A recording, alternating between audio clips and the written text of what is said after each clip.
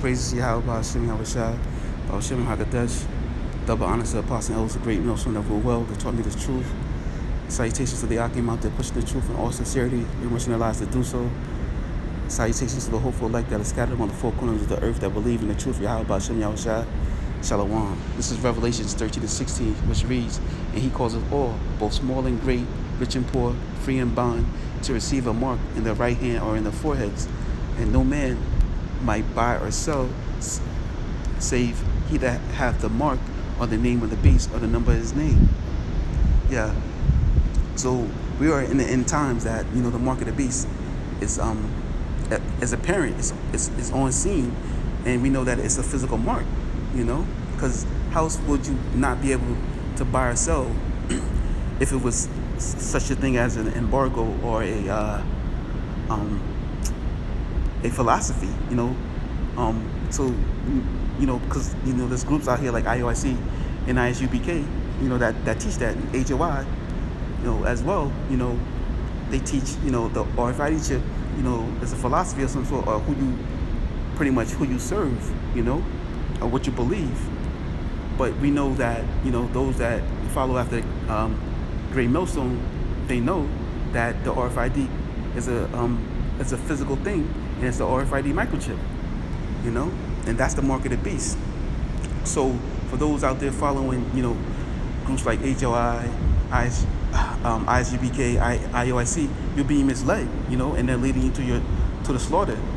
These are false prophets, and if they don't repent, they're going to be punished, and because they got blood on their hands, and they're misleading, their congregation, So for those that are following those groups, you got to repent and come out of that, or you're going to be, put to death, because we know the consequences of those that receive the mark. They're going to be put to death because they worship the beast and his image, and your penalty for that is death.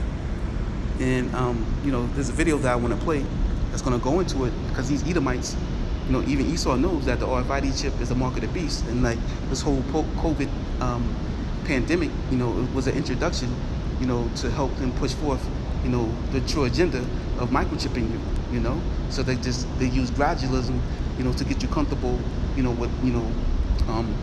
with these conditions, with these psychological operations that they do, to slowly implement their plan, and then they're just gonna come down like a flood, as the scripture say. But like I was saying, the true elect of the nation of Israel, they're not gonna follow the voice of strangers, they're gonna follow the voice of Yahweh Hashem Yahushua. That's leading them letting them know that the RFID chip is a microchip. I mean, the mark of the beast is the RFID microchip. Right? So I'm gonna let this video play, and then I'll end the video with that. So I just want to say, Koholo Yahweh Hashem Yahushua, Shalom. First.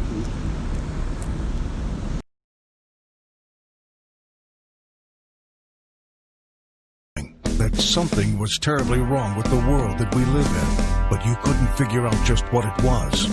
Then you've come to the right place. Secret societies, mystery religions, and the Illuminati have been controlling our reality since the beginning of time. But not anymore, because there is an awakening happening, and you are about to become a part of it. Wake up, because this is a call for an uprising. This is a call for an uprising. Welcome to today's show. I've been covering the microchip. You got to see this video, and how they are normalizing it, and how they're going to use any means of media, any influencers that they can to make this seem like a good thing. And this is pretty scary, seeing the amount of thumbs up compared to thumbs downs that people give a video such as this by a channel with 1.14 million subscribers, The Modern Rogue, where they're openly promoting getting an RFID chip. Now, the thing that they do, and I'm going to show you the video clips, is exactly what I've been talking about. The heightened sense of threat that they're creating around cyber attacks, around people stealing your identity. They're going to use these things to influence you. Breaking into someone's home, right? So they use the key with the RFID chip in the key, and they're like, well, what if you use the key? Somebody else can get the key, and then they could, go into your room, like in a hotel room, or into your home, or into your car, right? That's why we even see Tesla with the RFID cards to use, to get into your car instead of a key, right? This is all part of a process, a step process, right? Credit cards to cashless to chip, that type of thing. To getting the chip inside you so nobody can steal your identity. Oh, you don't feel anything. Oh, you wouldn't even know you got it, right? All the basic steps here that we see in basic mind control, and then joking around about, oh, I'm a cyborg now that I have the microchip. And look at the thumbs up ratio again. You get almost 10,000 thumbs ups to 292 thumbs downs, and you're damn right I thumbed it down. And then the comment section, everyone thinks it's fantastic. Oh, look, it's so easy to get, and now I'm a cyborg, and I could get into, a door without using a key anymore. I could just use my hand, like the guy, you'll see the guy show you in this video. And it's no surprise that the guy who inserts the microchip just happens to be wearing a shirt with a pyramid on it, right? I mean, give me a break. Take a look for yourself. And it operates with RFID, right? It operates with a lot of technologies, but RFID is popular, of course. It occurs to me right now, some people might think this is ad. This ain't an ad. Whoever this company is, I don't even know. Go ahead. Exactly. So if you have a card, sure enough, you can get in, not fumble around with your keys. But if a nefarious person steals your card and it's like, oh my God, my card is gone and my house is locked, how can I get in? You smash a window. Well, chimney. Oh, in the chimney. You could the Santa Claus attack. Santa Claus attack. He's the ultimate penetration tester. Yeah. Santa Claus. What I might just do is say, well, even without my card on me, I can just kind of try that. Oops. No, you just gotta give the lock a high five. It likes me. All right, Bill the Beans, I'm too excited about this. It is ESP. So if you rub your hand across my fingers right here. Oh. Yeah, no, you have a thing in your body. In between the first and second metacarpal of each of my hands, subdermally implanted. This guy with his multi-syllable words. Yeah. Oh, that's so weird. That sound you're making is so weird. I'm used to people making sounds like that around me. That is just a smaller version of this. You're a cyborg.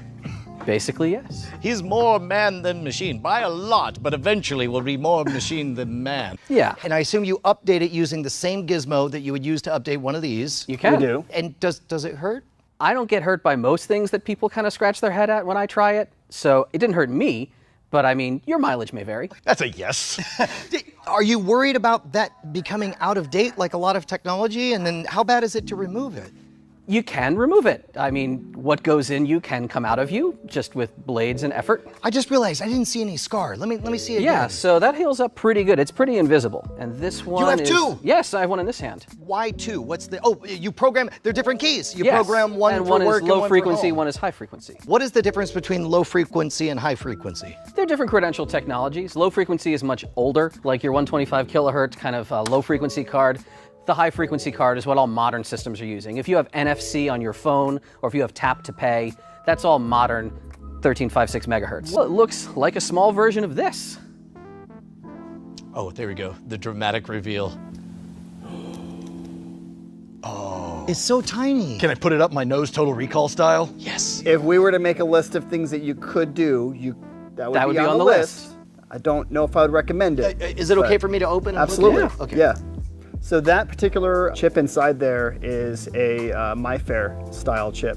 What does that mean? Technically, it's not even a real MyFair chip. It's a clone, which allows you to manipulate some of the data on there so you can clone hotel key cards. But basically, if you inject that into your hand, then at most hotel properties, we would be able to clone your room key to your hand. So then even after you have like a really long and involved evening and you lose your credential, you can still come back to your room, kind of slap your hand against the door and have it open. Could you theoretically program it using the hotel's equipment? Like when they program a key, could you just put your hand on there? You could. That might look weird, reaching over the counter and just kind of like being like, "Hey man, don't sorry, me. you get a pen or something." Click enter. But we actually use the Proxmark, the same tool we used last episode, to clone hotel keys onto those. So what do you say when people are worried about this thing tracking you? Oh my God, so many comments about this. No concerns whatsoever. First of all, as we've seen with most RFID, the range is super tiny. Like, there was a James Bond film where something that size was in his arm and they were like tracking him from space. Like, that's not real. You have to be really close. Yeah. I do have a concern though, because it looks like this is made of glass. What happens if it shatters? It's a special glass. It's hardened in a way that makes it very resistant to cracking and impact damage. So while it is still technically glass, and if with enough force, yes, you can crush it, the reality is that once it's installed properly, it's actually very resilient and very, very safe, unless like you hit your hand with a hammer. We know people who are mixed martial artists that have them. I mean, as anyone knows me, I do a lot of lead acceleration, so my hands are subject to tons of recoil impulse all the time. Took me a second to figure out what lead acceleration was. For what it's worth, within the community, we've been using these for a few years now, about 3 to 4 years. And to date, I have not heard of an instance where someone had one of these implants crack inside their body. Now again, anything is possible, but I just want to highlight that it's, in my opinion, fairly unlikely. You mentioned a community. How many people that we know of have these implanted? Well in excess of 10 people. Yeah, No, hundreds. Hundreds. Every DEF CON, there's usually a free table where people can come up and they'll buy the chip, but the service of implant is donation-based, if anything, and hundreds every Many DEF CON. hundreds. Many If hundreds. not, we're well into over 1,000 by now, I would imagine. So I imagine all willingly. Yeah. Right. As far as I know. Most of them are willing. Okay. I wait till he's asleep, and then I reprogram the chip. Okay. I'm good. Yep. Ready to rock. Keep your hand relaxed. Yep. Breathe in, breathe out. Well, that's an unusual sensation. What does it feel like? It doesn't hurt. There was a little pop. It's a weird feeling, and it's over. It's done. It's done. That's it. I'm a robot now. Oh my God, the modern rogue is now officially part cyborg. I'm a modern cyborg. Now, when there's the robot uprising, they'll spare me. Yeah. Your ass is grass, Brushwood. You're like, no, Should we're I hold friends, I this? swear, I swear. Oh my God, dude, that's awesome, Jason. That was great. Nicely done. You are a beast. This guy was amazing. Yeah, we should introduce Cooper. Cooper, thank you so much for this. This didn't hurt at all. You made it really simple. It was weird, and now I'm weird, which is awesome. And this is why it's so scary. And I've said this before. You know, I'm sure a lot, even if you're not a Christian, which, you know, most of you are who follow my channel, but even if you're not, and you're at least familiar with the mark of the beast, and you're familiar with what the Bible says about those who take the mark. I remember, you know, being so young reading that and saying, how dumb, you know, like, who would do this? Who wants to be damned? And who would take this mark knowing what the consequences are? And look at this society now, that these people have no problem using this chip, which will be used to buy and sell goods. You'll have to have this chip inside you. You'll have to be a quote-unquote cyborg, you know, aka transhumanism. And people are just lining up. I mean, the stuff that people are writing in the comment section, it's frightening. And that's the state of our current society. Nobody cares. Nobody believes anymore in God because they've taken God away. Right? And they've replaced any type of faith with science, and everybody believes in atheism. The dumbest people on the planet believe in atheism. You'll find that the people with the least amount of common sense are atheists. And they look at this stuff and they go, this is great because this is going to help, you know, make things faster, improve things. Meanwhile, we don't need any of this stuff. You don't need an Alexa in your home to turn your light switch on. You don't need a toilet to automatically flush. I mean, what, does your hand not work? I mean, really? Alexa, turn on the lights. Oh, man. So glad I didn't have to get up and turn the lights on. Or I didn't have the clapper. Remember the clapper? Never thought the clapper would be something that's, you know, I remember when they had the clapper, people were like saying how lazy they were then. And now it's like, Alexa, play me a song. You can't get up and put a CD on, or, you know, not CDs anymore, but put your iPod on, or, you know, it's just the way that technology has gone. People just continue to think that this is an upgrade. And I'm telling you, there's going to be channels like this and celebrities like the Kardashians, and all these people are going to be the ones who influence the masses out there, because this is what they need to do. They need to show them that this is an easy process, that it doesn't hurt, so there's nothing to be fearful of.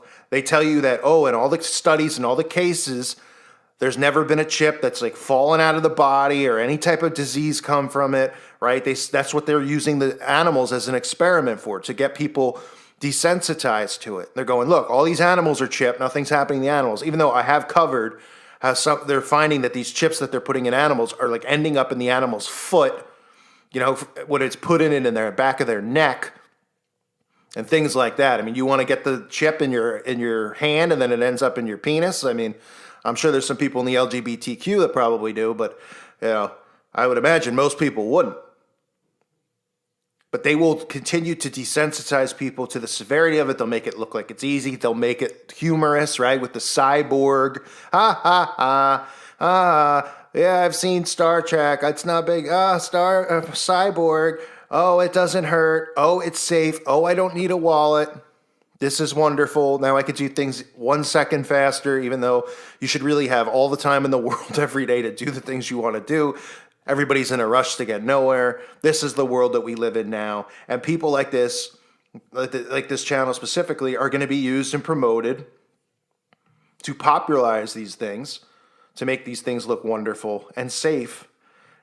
And of course, you know, when it comes to anyone talking about the mark of the beast or just the dangers of putting, you know, this type of technology inside of your body, they'll call all of us conspiracy nuts and crazy people and religious fanatics, you know, and everyone out there just laughs about it. But they don't know the severity of these types of things, let alone the fact that you're not even considering that they're putting a computer chip inside their bodies. It's just a big joke to all of them.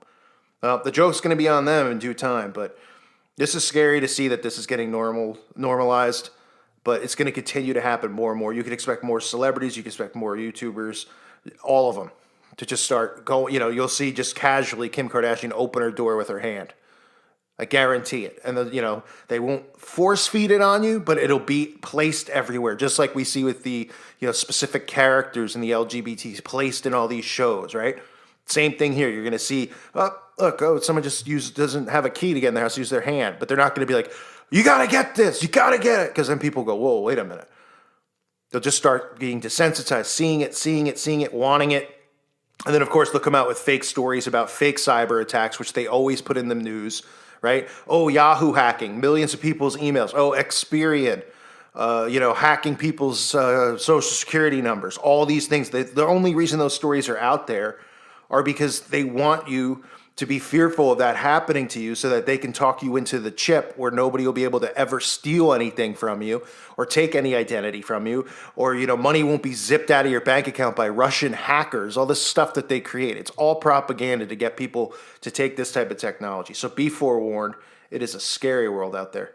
I thank you all for listening to today's show. God bless you and your families.